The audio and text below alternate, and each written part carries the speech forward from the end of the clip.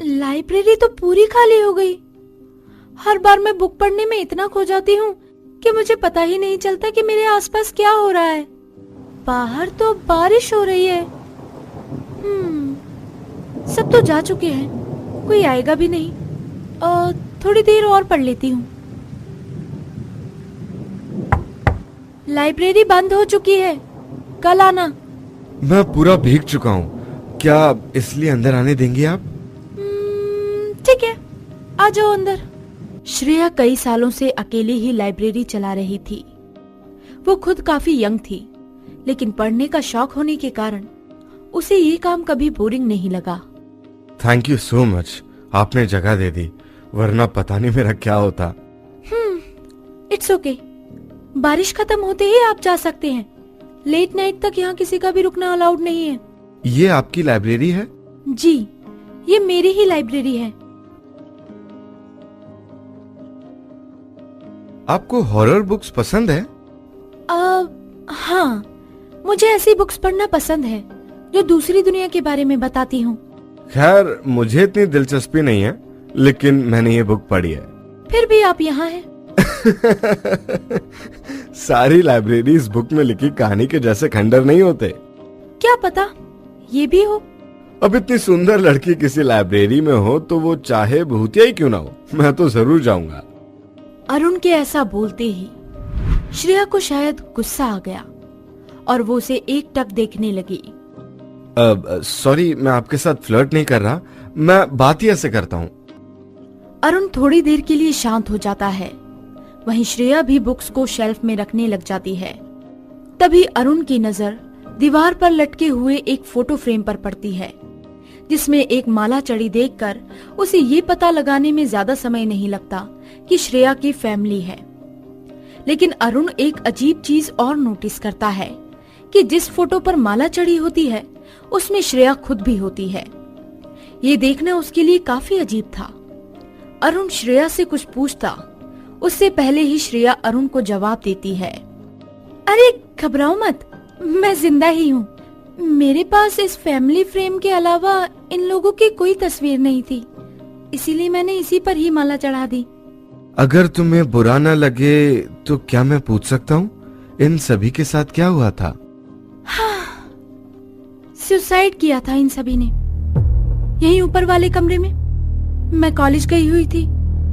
एक दिन जब वापस आई तब मैंने इन तीनों को कमरे में लटकते हुए देखा। आज तक मुझे पता नहीं चला कि इन्होंने ऐसा क्यों किया। आई एम सॉरी, बुरा लगा सब सुनकर। और कुछ बताइए अपने बारे में। बारिश खत्म हो गई है, अब आप जा सकते हैं। अरुण को बातचीत करते करते ध्यान ही नहीं रहा कि बाहर बारिश बंद हो चुकी है, क्योंकि अरुण को इस वादे के साथ अंदर आने की परमिशन मिली थी कि वो बारिश खत्म होते ही वहां से चला जाएगा, तो अब उसे वहां से जाना ही चाहिए था। लेकिन श्रेया अब उसे पसंद आने लगी थी। वो उसके साथ अब और वक्त बिताना चाहता था। अरुण ये सब सोच ही रहा था कि श्रेया ने उससे कुछ बोला और उसका ध्यान टूट गया। अरुण, क्या सोचने लगी? नहीं नहीं, कुछ नहीं। देखो, मुझे लाइब्रेरी बंद करनी है, प्लीज आप यहाँ से जाओ। अरुण कुछ न कह सका और वहां से निकल गया, लेकिन वो श्रेया का ख्याल अपने जहन से निकाल नहीं पा रहा था। कितनी खूबसूरत है श्रेया, कहीं मैं उसको पसंद तो नहीं करने लग गया? क्या करूं? क्या मुझे उसके पास दोबारा जाना चाहिए? कहीं वो मुझे कोई लोफर ना समझ ले। एक बार जाकर देखता हूँ। अरुण खुद को रोक न सका और लाइब्रेरी की तरफ मुड़ गया। थोड़ी ही देर में वो वहां पहुंच गया, लेकिन अब तक लाइब्रेरी का दरवाजा बंद हो चुका था। उसने ऊपर देखा तो पहले माले की लाइट अब भी जली हुई थी। उसने ऊपर जाने के बारे में सोचा, लेकिन दरवाजा भी बंद था और जाने का कोई रास्ता भी नहीं दिख रहा था।